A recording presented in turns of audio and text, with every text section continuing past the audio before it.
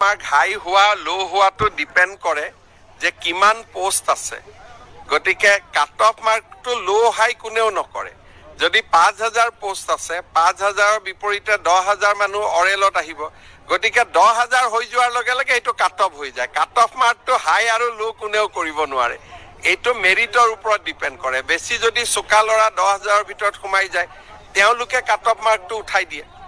এইটো cut off mark এনেকুৱা নহয় যে কোনোবাই নিৰ্ধাৰণ কৰি দিয়ে এইটো কাট অফ মাৰ্ক পৰীক্ষাৰ মেৰিটে নিজে নিজে নিৰ্ধাৰণ কৰে এইটো চৰকাৰে নিৰ্ধাৰণ কৰি দিয়া বস্তু নহয় নিযুক্তি লাহে লাহে হ'ব এতিয়া আকৌ মে মাহত এতিয়াতো এপ্ৰিলত পঞ্চায়ত ইলেকশ্যন হ'ব সেই সময়তো অৰেল নহয় মেত অৰেল হ'ব যিমান পোষ্ট আছে তাৰ দুগুণ ল'ৰা ছোৱালী পাছ কৰিছে এদিনত ১০০ জনতকৈ বেছি অৰেল ল'ব নোৱাৰি